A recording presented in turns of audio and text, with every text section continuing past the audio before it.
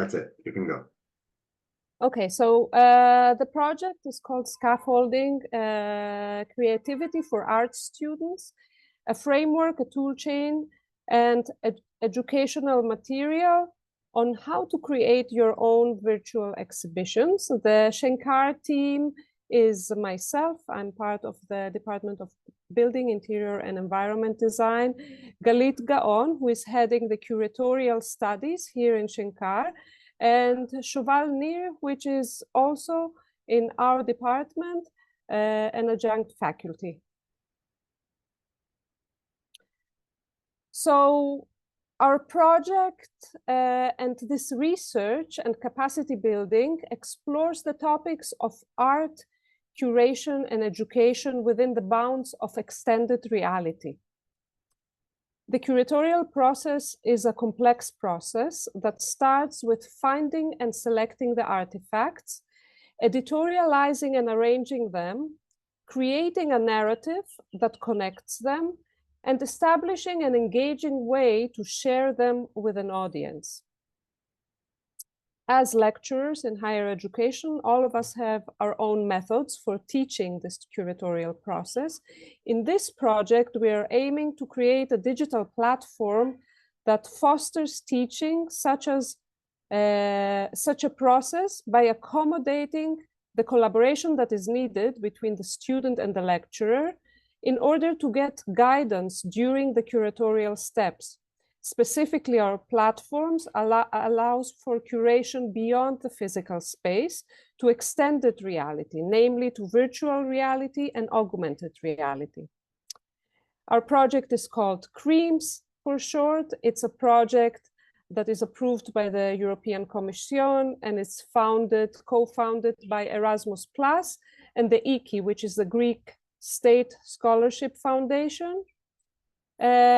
It has two aims. One is to educate and create awareness of the various stakeholders in the higher education domain with regards to scaffolding creativity for the art students, and also to develop this robust platform, which we will demonstrate today. And it's an open source tool for virtual exhibition creation. Here are the partners that are participating in the project. It's the University of Patras, which is the main coordinator, and the collaborative partners is the Aristotle University of Thessaloniki, the Cyprus University of Technology, us, Shenkar, the Norwegian University of Science and Technology, and also a company, Cognitive UX in Germany. You can scan here on your screen the QR codes and follow us on the different social media and get updates. What we will have today is, after me, curator Galit Gaon will talk about art curation and what happens when we move from physical to virtual space. And then Shoval will do a hands-on demonstration of the CREAMS online platform. We will have some closing comments at the end, and hopefully you will try our platform and you will give us some feedback. Your feedback is very valuable for us because we are using it to develop the platform and fix bugs and take it towards the right direction.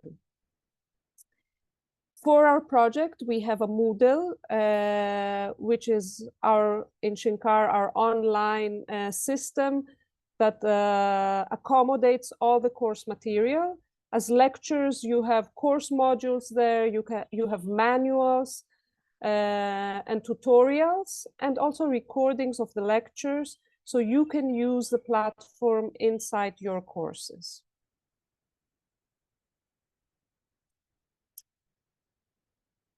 I'm passing on the stage to Galit.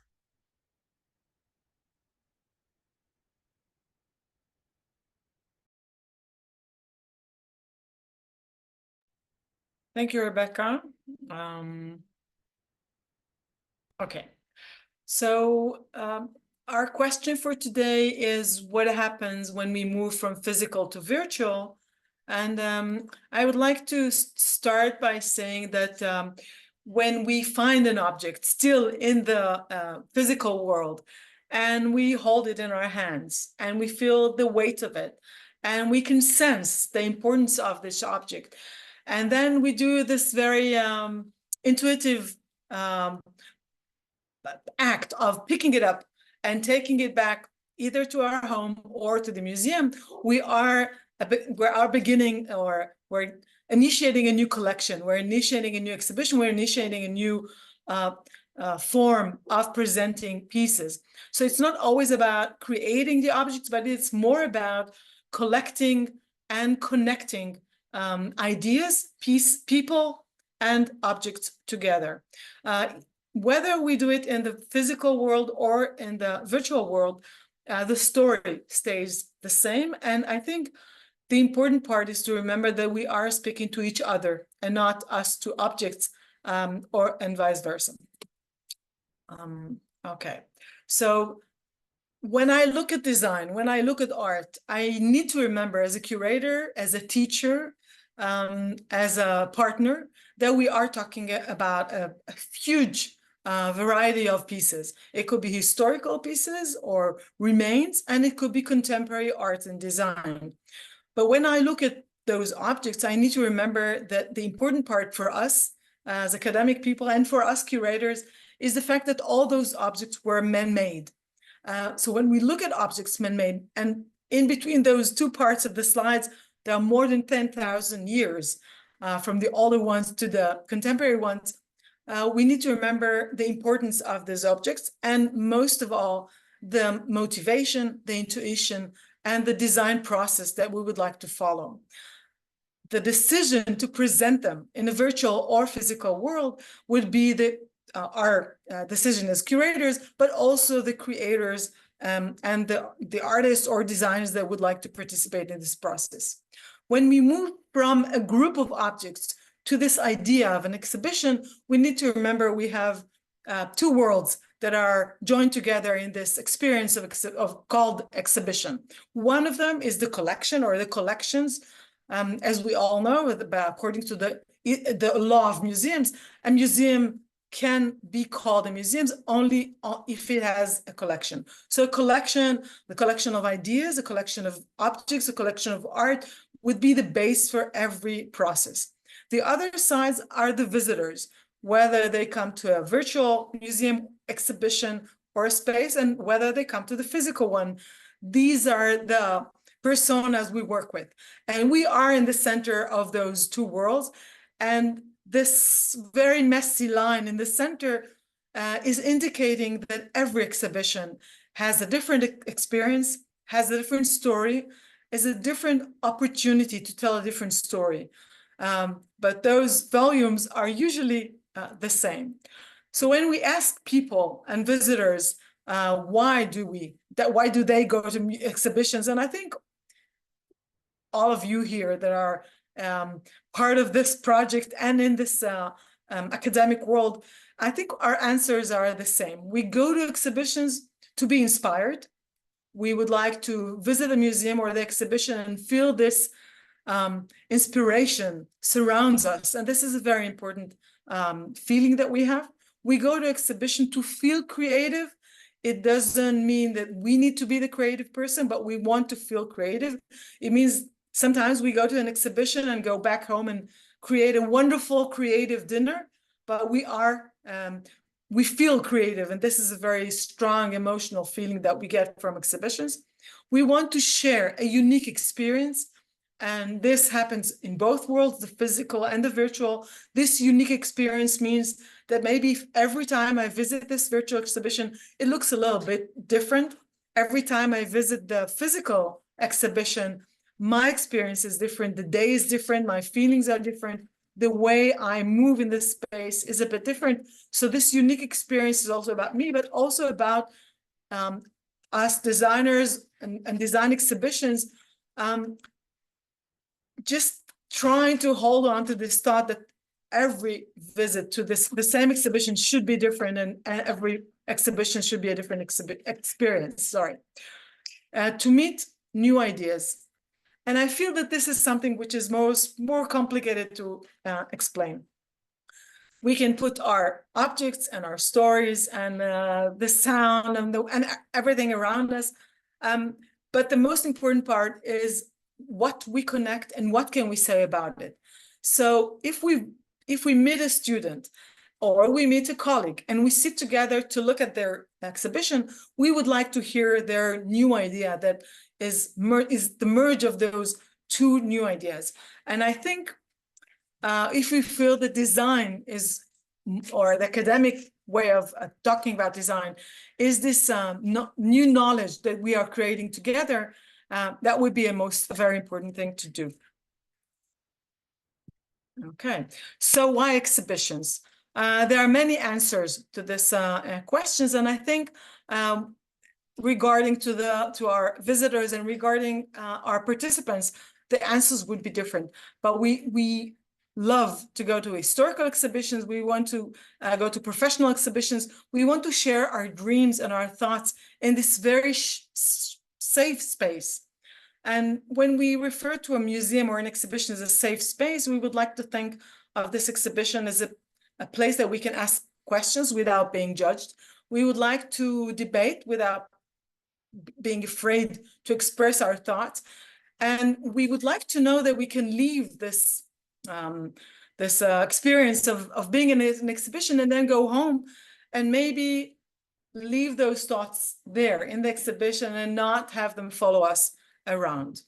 So as a curator, I find myself making collections or collection making, and the questions usually are about the pieces we collect and the questions about why we collect them, how we collect them, and what are we going to say with those objects. If you look back at history, I think one of the most beautiful images of early collections is this one. It's a very small print at the cover of the Historical Nature book from 1599. And this is a book wrote by a pharmacist. Yeah, I'm not making a mistake. I'm just looking at Rebecca. That was very interested in nature.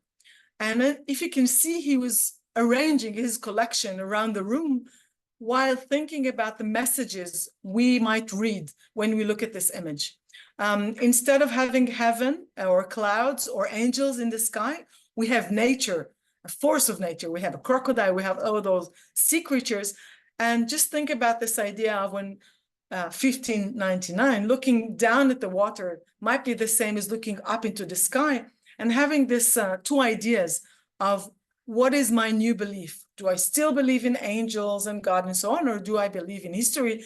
And the way I arrange my collection, the way I document my collection, is the way I express my thoughts and my ideas. So this is the first very interesting presentation of a collection, and I would like to refer your eyes, like the attention here. I hope you can see the mouse here to the very left down corner. There are two cabinets that are open and still have boxes and parcels inside. And this is a message to say, I'm not done. I'm still working on this collection. I'm still collecting objects for this collection of mine. But yet also contemporary collections look like this.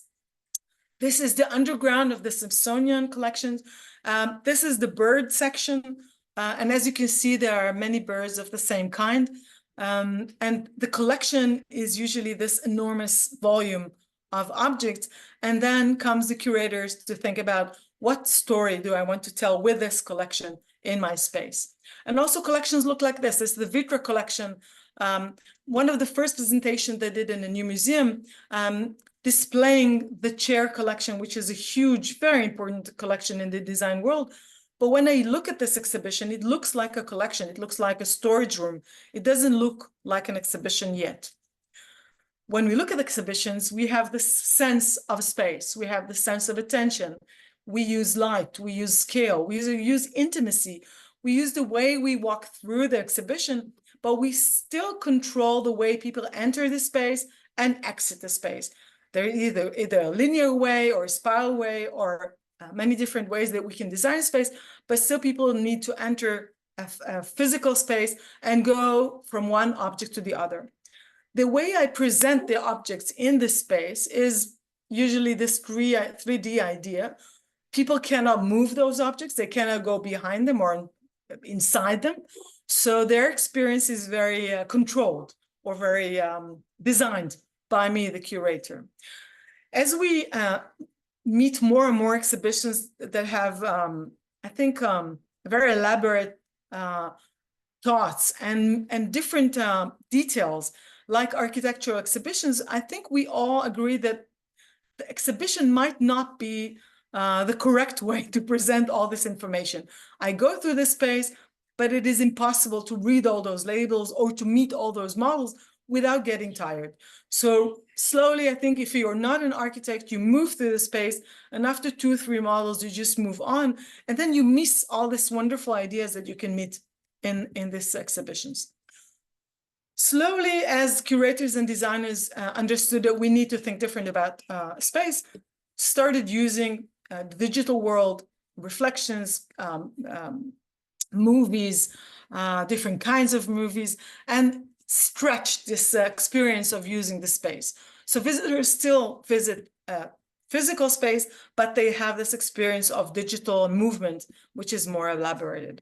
Or in this wonderful exhibition, that you walk through those screens and you can see all the movies of the making of the model that is in the back, but you feel that you're part of this very interesting process of design, and you still can meet the physical object.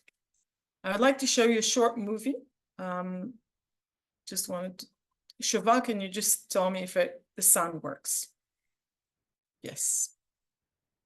Machine looks at this information like a human being, but it's kind of more like a collective memories than a personal memories, because a building in New York can be explored by thousands of perspectives from multiple angles from a different time of the year. It's more like an honest memory for a machine because it feels more totalitarian and like feels everything and everyone than just one person. Anadol covered the walls and the floor of a boiler room in a building in Lower Manhattan with this machine-interpreted dynamic landscape. If you ask him, he'll tell you that the machine is dreaming. When a machine learns from outputs and memories like this, it can create an alternative reality. It looks at the patterns of the trees, the buildings, the nature, the people, every single thing hidden inside this image corpus. Seeing a machine giving a context of data and creating an hallucinative outputs was something like really inspiring. Just think of this wonderful moment in this design and exhibition world, that suddenly space is concrete, but the machine and the exhibition is completely different and completely in movement. No, sorry. Okay. So how can we do this process? Just a minute, water. So how are we going to do this process? So we are going to ask good questions. The question considers those values and the tools that we're using. So we're asking questions about this wondering, mindware, senseware, flow, and pleasure, which are the values we would like to have in an exhibition. And we're using curiosity, wonder, investigating, experimenting, and exploring. I want to stop for a second to talk about senseware. Senseware is a new word that was invented by Ken Yahara, one of the most interesting curators, a Japanese curator, that talked about senseware as hardware, as we all know. Senseware is the system we human work, according to Ken Yahara, we work about. And if we would like to initiate new thought, we need to use our senses. And I think whether we go into the physical world or the digital world, I think senseware is a very strong and important tool to remember. So when we ask about the sense of wondering, we would like to know how can one obtain quality wondering in a limited space. And I think using curiosity would be the answer. But when you talk about the digital space, we can remember that we are no longer working in a limited space, and we can stretch the space, change the space, and of course, allow this curiosity to develop this sense of wondering in the exhibition. Mindware talks about the way we can detach from this very present curatorial text on the entrance wall, that we usually go inside and read first the curatorial text, and then we move on to the exhibition, and try to allow our visitors to develop their own sense of understanding of this exhibition or their opinion about the exhibition. And we would like people to wander around and read more or less according to their choice. When we move from physical to virtual, people can decide whether to read more, to read less, or not to read at all. And they can wander in the space and still have the sense of exhibition instead of just reading more and more text. Senseware, as I explained before, how can we really allow our humans to develop this sense of creativity? And we would like to allow people to investigate their exhibitions and tools. And of course, flow. Flow is the most difficult one, is this movement in space. I know that all of you, as me, visited exhibitions that the flow was amazing, and we felt that we're really moving through the space. And some of the exhibitions were like, we went from one bumper to the other, not understanding how we need to move in space. In the virtual space, I can allow people to move and use this flow as they would like to experience my exhibition, but I can also determine whether they see some of the spaces one after the other. And I think controlling the flow would allow me to create a different sense of exhibition every time you enter the space. And of course, pleasure, and pleasure talks about this experience of space. And yes, pleasure is one of the most important values in exhibition. The next questions would be about people. We look at designers, we look at creators, but we also look at visitors. We all share this moment of documenting this moment that I see this masterpiece, or documenting the fact that I have actually been there and I'm taking this image with me.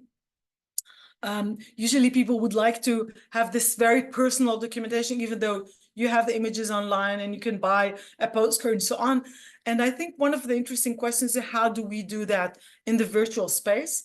I don't think there's research enough about it, but do people really print screen of their experience and save them as images as they did in museums? And we would like people to share and to take part in the museums. And if they photograph themselves, we would like them to share this experience with other people, like this, or like that, or like this. And I think this is the best one, because in this image, the art and the visitor came together to the museum. So it's not about me visiting the art, it's this experience we share together in a museum. And we also need to ask questions about architecture. Of course, we know the physical architecture, we all know this concrete example, but we are all, as architects and teachers, we are used to think about rectangular shaped spaces, galleries, white walls, and then positioning the art around. But we need to start thinking about space differently. This experience we have in space, whether physical or virtual, is an important part of our education. For the next exhibition people are going to see, we would like to teach them how to walk in space and how to experience this space. And the next movie is a short one about this joint exhibition of Studio Nendo, Okisato, and the painter Asher. And when Studio Nendo approached this designing this exhibition of Asher, the images are very small, but they are a very complex mathematical image. So the challenge was how to create a concrete exhibition about those two-dimensional or virtual images. And now they're working on a virtual exhibition that would mimic this physical exhibition.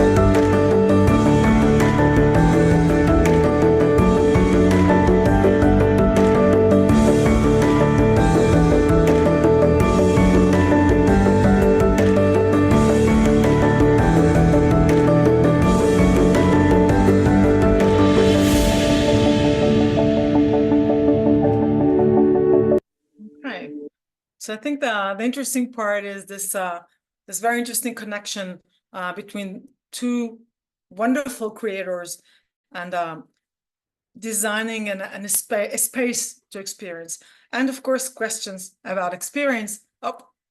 This one.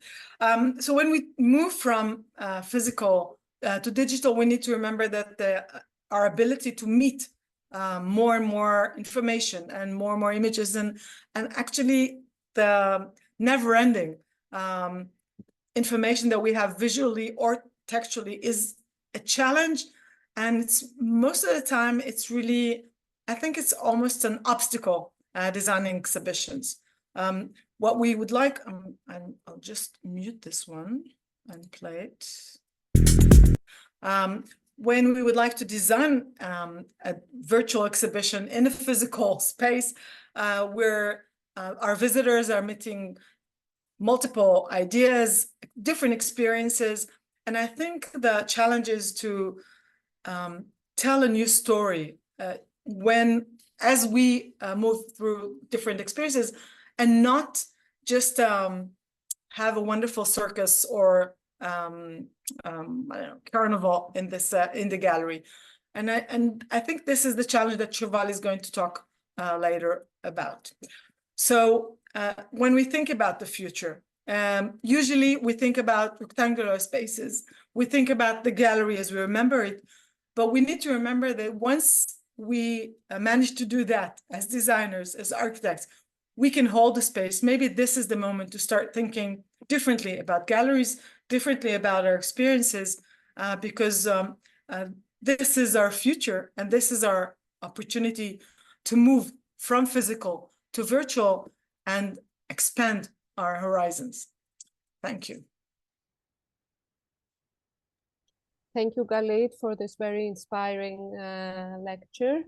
And now we are going to take a look at the platform, the online platform that we are developing. I'm sending you on the chat access the link to our Moodle. You have the link to the platform through the Moodle, and you have all kinds of teaching modules and tutorials. And I will let Shoval demonstrate part on how to work with our platform. Thank you, Rebecca. Thank you, Galit. I'm going to share my screen with you. As Rebecca mentioned, this is our Moodle website on Shankar's website. You can reach it from Rebecca's link, or go to Google and search for Creams Project. You have all the course descriptions, platform tutorials, manuals, etc. Even our previous webinars and educational sessions here.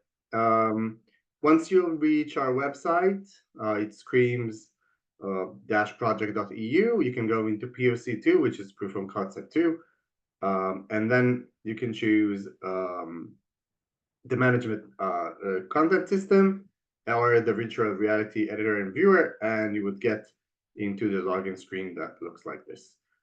I'm going to demonstrate this platform from two perspectives. One, as an instructor or lecturer or tutor that wants to use the platform. And on the other hand, I'm going to show how is it going to look like as a student that tries to upload his artwork, think about curation, go through the curatorial process. So I'm going to log in now as a lecturer. As a first-time user, you can do a sign-up. Obviously, I have all the credentials already, but you can do a sign-up in a very simple and quite easy and well-known form. You can do a sign-up. You will get an activation to your email, and then you can log into the system. I'm going to log in as a lecturer to show you how the platform looks from a lecturer's point of view. And once you enter as a lecturer, I'm going to shrink this.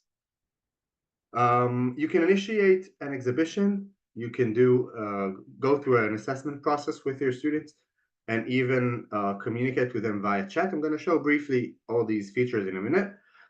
These are exhibitions that are already I already created as a lecturer for my students and for the people that have tried our platform. Once you initiate an exhibition, you go through this very easy to go around screen. You start with an exhibition title. Let's call it Webinar 2.1. You select your date.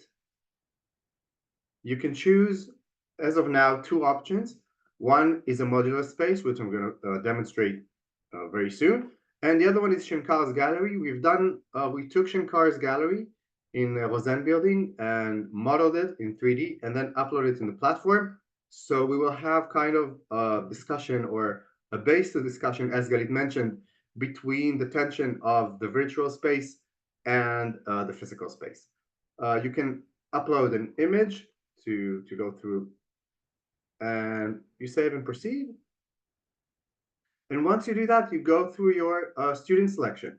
You can choose the students who are participating in your course, students who are trying to evaluate the platform, and obviously co-advisor selection, which is associate professors with you working on your project. I'm going to choose myself as of now.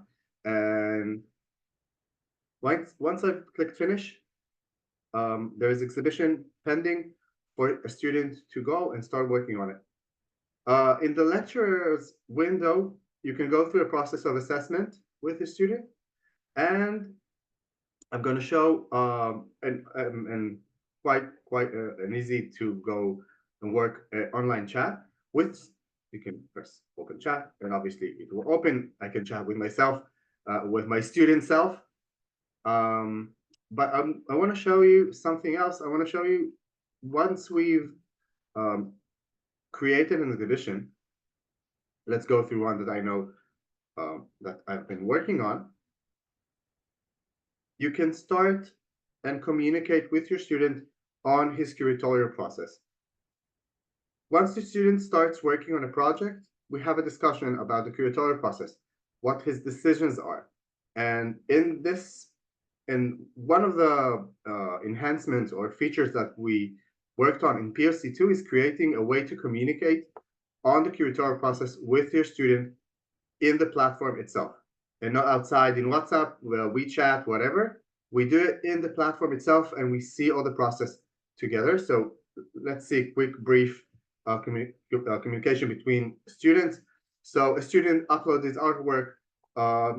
He is grouping them according to his decisions, and then the lecturer can go further on and communicate with him, add a few notes, and the students will receive these notes and will be able to make a more elaborate or more better decisions while curating and designing his exhibition.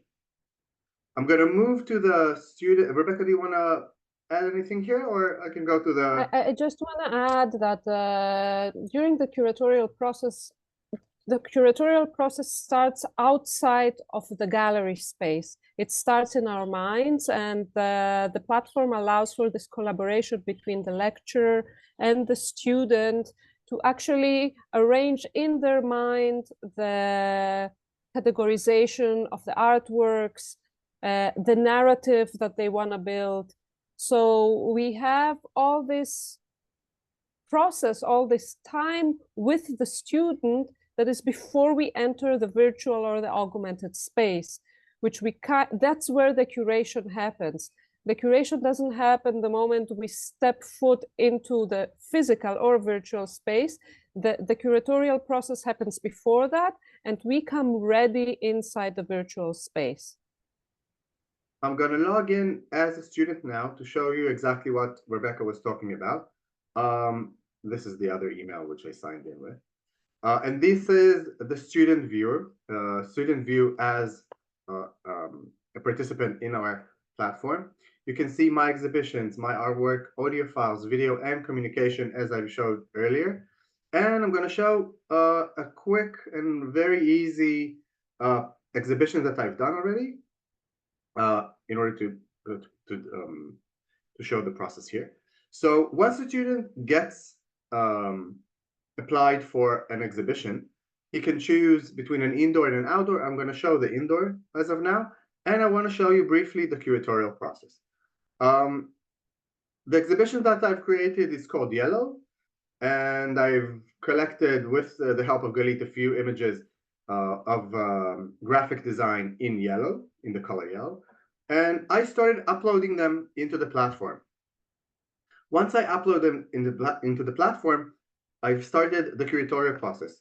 I've chose between all the artworks that I have as a student, a few of them to add to the exhibition of the yellow project. I've selected them, and once I've done, I started arranging them into groups, which I started creating according to my way of thinking, since I thought some of them are connected into pop culture and others are more historical images in yellow. So I've created groups, and I started categorizing the images accordingly. Even before I've entered the platform, even before I placed the images on walls or floors, or even thinking about placements or shape size and form, I've started working on categorizing them according to my way of thought.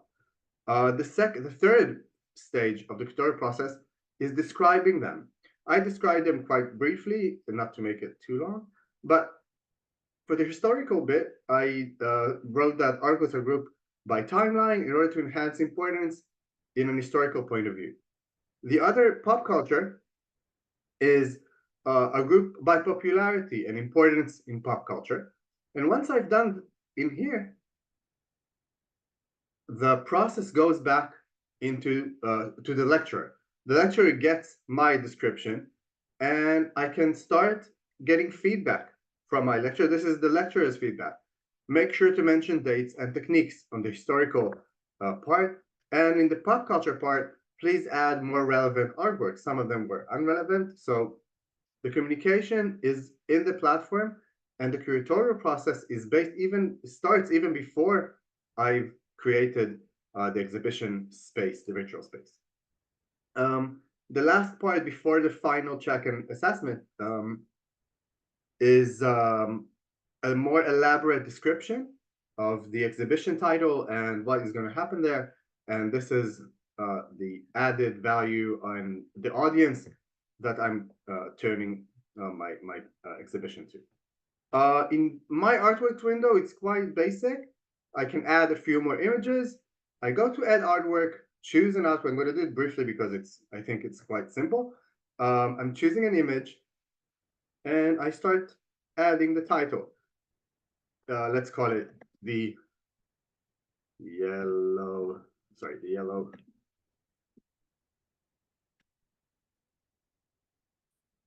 emperor. I'm adding a year. All the height and width are already there from the file itself. I'm adding the genre and technique, and that's it. It's uploaded, and I can use it in my exhibition.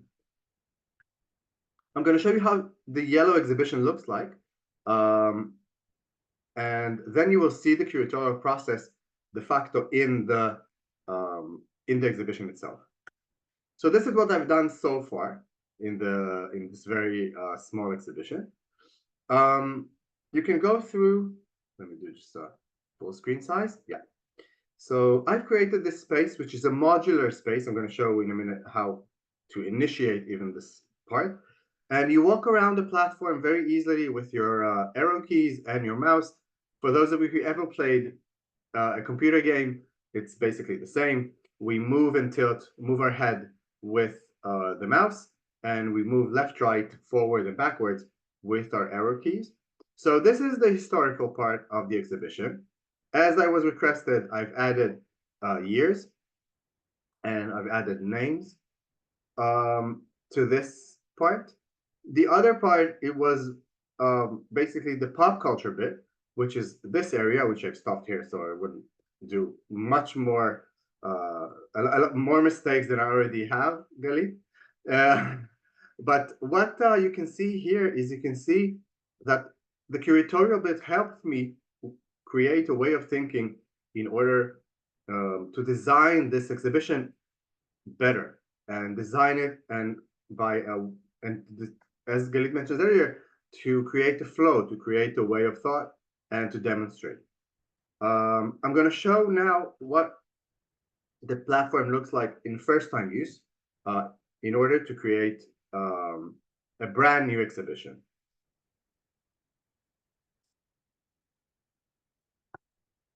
Once I was assigned a space or exhibition space in a modular space creation system, you have all this blank white area, and I can start by creating a very unique space.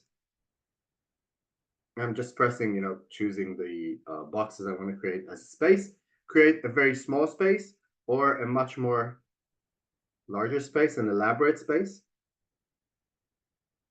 Once I've done here, I can just press save and go to view exhibition. I'm going to do it quite basically, so it won't be too complicated.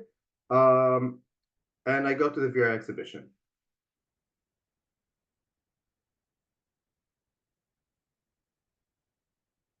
There you go. Let me try that again.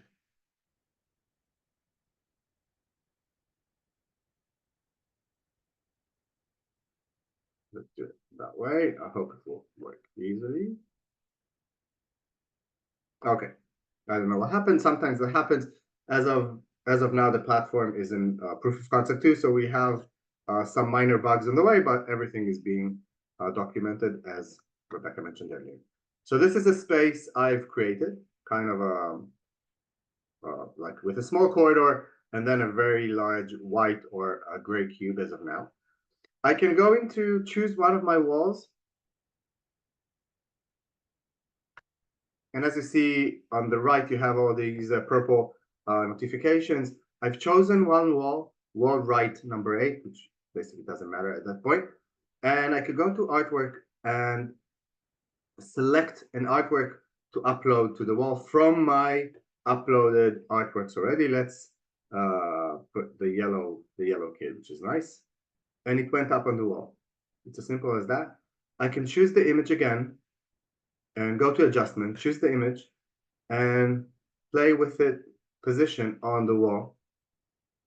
I can change size, scale it up 50%, or scale it up or down 50%. I can change the size numerically if I wanted to go larger or to stamp size, and then the viewer will have to approach very closely in order to read the text. Since we're working in a VR mode, the size itself is different. The way we think of size is different than once we have a physical object, because we can't enlarge a physical object or a physical image, but in a virtual space, we're unlimited. We can do the image on full size. The entire wall will get this image, or very, very small. Once I've placed one of the images, I can go to spotlights and act as a curator will design the way the light is going to affect what I'm going to show the exhibition.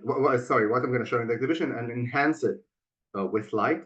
So I'm choosing one of the walls again. I'm adding a spotlight.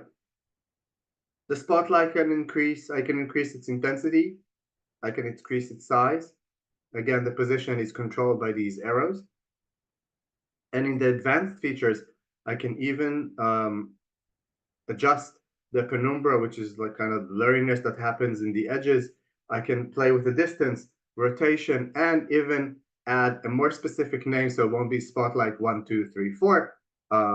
Spot on yellow kid. And then I can go through it and change it. You can go through the room light and increase or decrease the ambient light if you want a more darker exhibition or a more lit exhibition. And I think one of the other issues that were mentioned in Galit's lecture was the communication with our visitor. I can go into the wall and add a title. I can add a title called The Yellow Kid. I can add a year.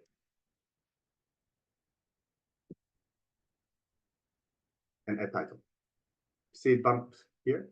I'm gonna go back to adjustments, select one of the texts. You see the Yellow Kid 8095, and I can adjust it accordingly to where I want it to be placed. I can change the color of the text as well. Let's go black here. I can change the size again, obviously, and even the font accordingly. The way we think in this platform is very similar to the way we would work in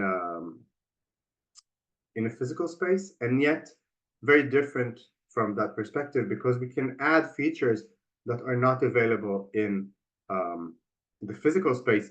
We can do adjustments and we can do enhancements and changes which you are not able to do in a regular space. Rebecca, do you want me to go anything else? We can show maybe an exhibition like the exhibition of Avishag. Yeah, sure. Just to show maybe on a visitor's okay. So if you want to go mode. through what's been done already in our platform, you don't have to open an account. You can just go in as a visitor. Let me just log out. Okay. These galleries also, they can be sent as a link, as a web link to anybody. You will see now a project that is done by one of our students that did her portfolio, her work portfolio in a virtual gallery. And she can take this link and send it to a university for a master's or to an employer that wants to interview her. And she has her whole space arranged with works that she's done during her degree. So it's another way of creating a portfolio these days. So if you want to have a look in the galleries or portfolios that were done so far, you can go in the login screen and sign in as a visitor, and then you will see all the exhibitions that are open right now. I'm going to show you Avishag's work. Let me just find it, because we have a lot of participants, a lot of users, so some of them are quite complex, and some are elaborate, and some are, I missed it, right? Avishag, yeah.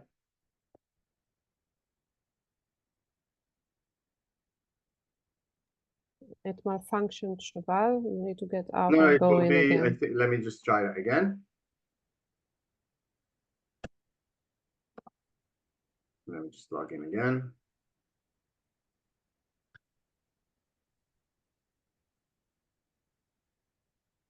It will take it a second to upload all the images. Let's try again.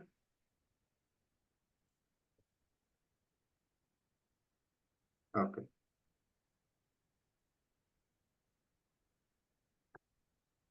Let me just do another gallery. I have another go in another gallery. One sec.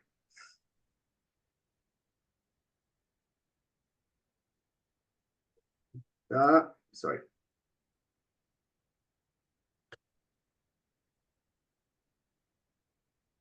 Who was the one I showed last time? Limor. Limor, נכון. With the mushrooms.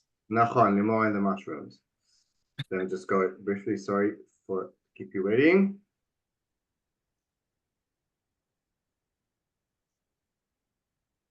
Limor, yeah. There you go. Sorry. Actually, Shoval, I have Avishag's gallery. You have it open, so maybe yeah. it's on my end. I'll share it. I'm gonna stop sharing and you can go through it. Okay, so we enter the space and we are facing a wall with her curatorial text. We can see what she wants to, how she wants to welcome the visitor. And then looking into the space, we see that the gallery is arranged in 3 different sections. One is on architecture, one is on design, and the last part is art. And we can enter in each section and look at the different projects. I'm navigating inside the virtual space with my arrows on my keyboard. And I can see the different projects. They are arranged and aligned having some renderings together with some plans and architectural drawings, sections. We can go as close as we would like or as far and look at it together. We have the option to add metadata. We can see here the metadata. I'm clicking on the work and I get some more information floating in the front.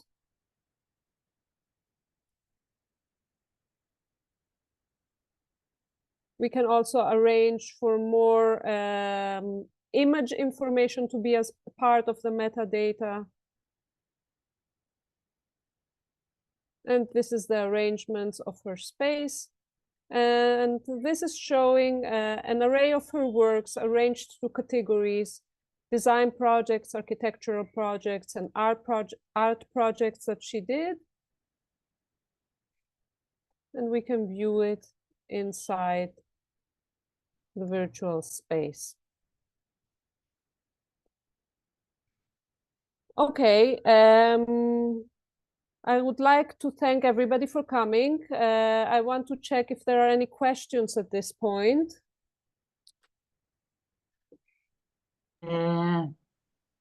I would like to thank you also for very inspiring lecture and raising questions and bring some ideas, I must say. And if it's okay to just raise a question, I'm not sure there is an answer for it, but I think this all this new world of or new questions of virtual space and reality and all the relationship between them.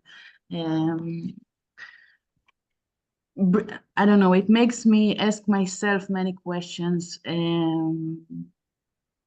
For instance, if we actually design a space like this, and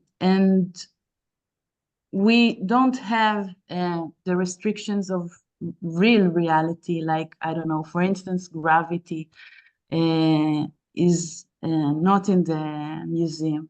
And also sunlight is not anymore affecting anything. So actually we can design the space as, I don't know, like we dream to have.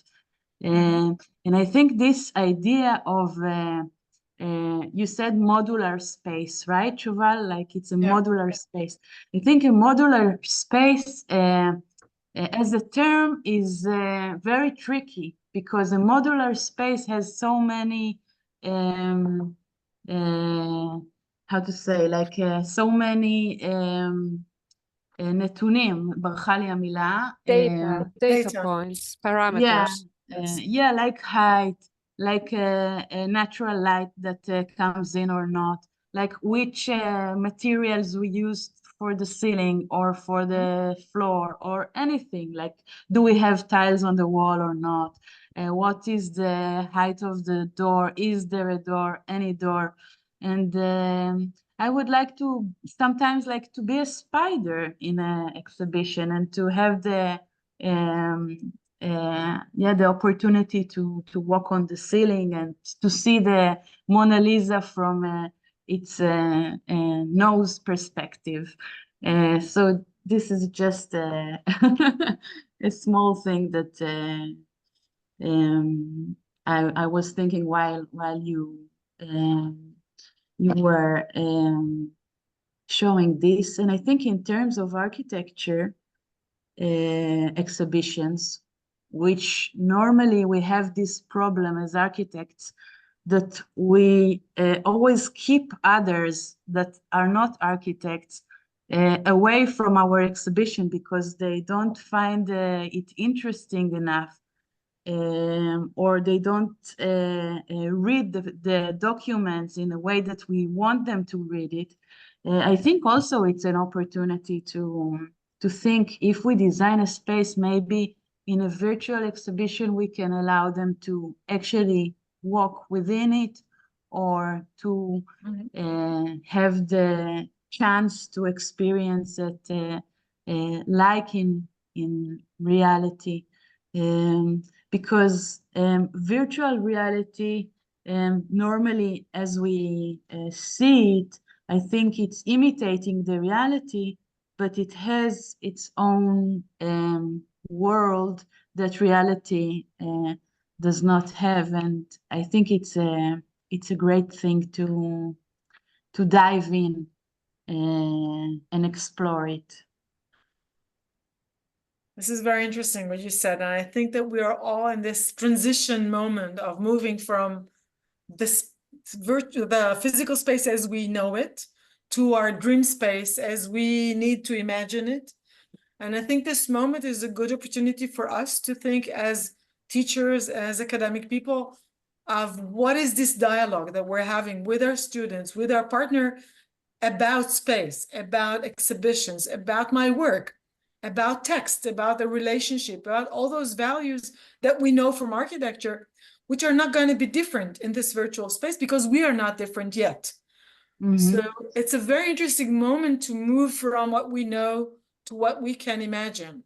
And I think this is why this project is so important, to let us practice this dialogue, this way of this flexibility of imagining new things, and not just saying, okay, I entered the space and so on and so on. But so I think this is why it is so exciting. At least you can see Shoval, Rebecca, and myself going around smiling.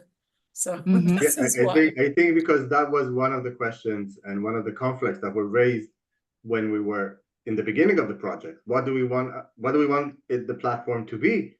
And then we were sitting with the developers and the group together, and we were like, okay, let's create a space that is not a space. And then okay, but what is the height and the space? What is the size of the model? Because we are so constrained to our physical space, and the transition, as Galit mentioned earlier, is very difficult. Well, I think your connection is not so good. Mine? So I was just gonna repeat my last sentence. Is it okay now, Rebecca? Yeah.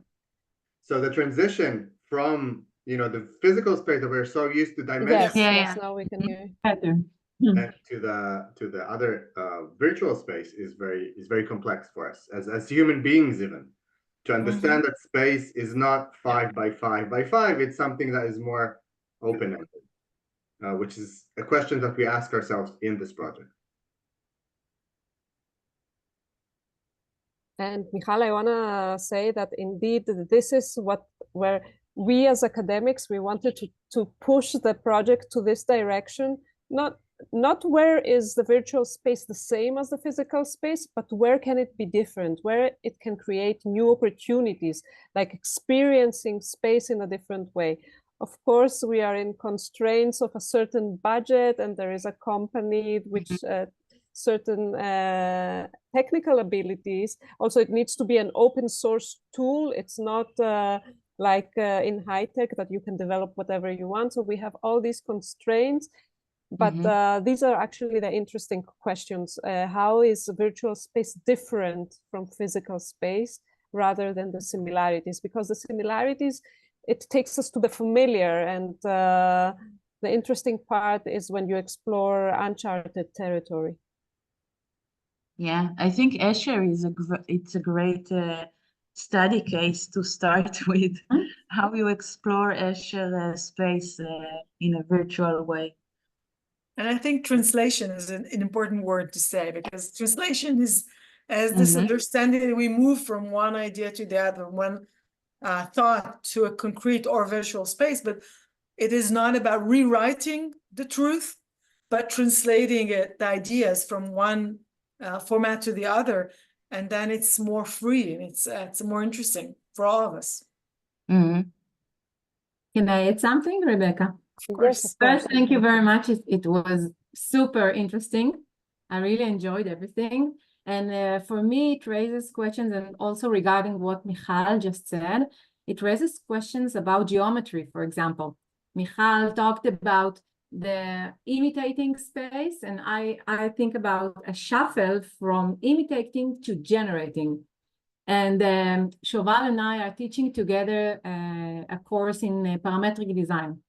Okay, we're teaching over the last few years, and if we think about parametric platforms, we can combine together parameters and data, and in that way we can generate different variety of geometries of spaces or modules, maybe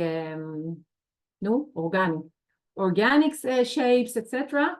So I don't know, maybe in the next phase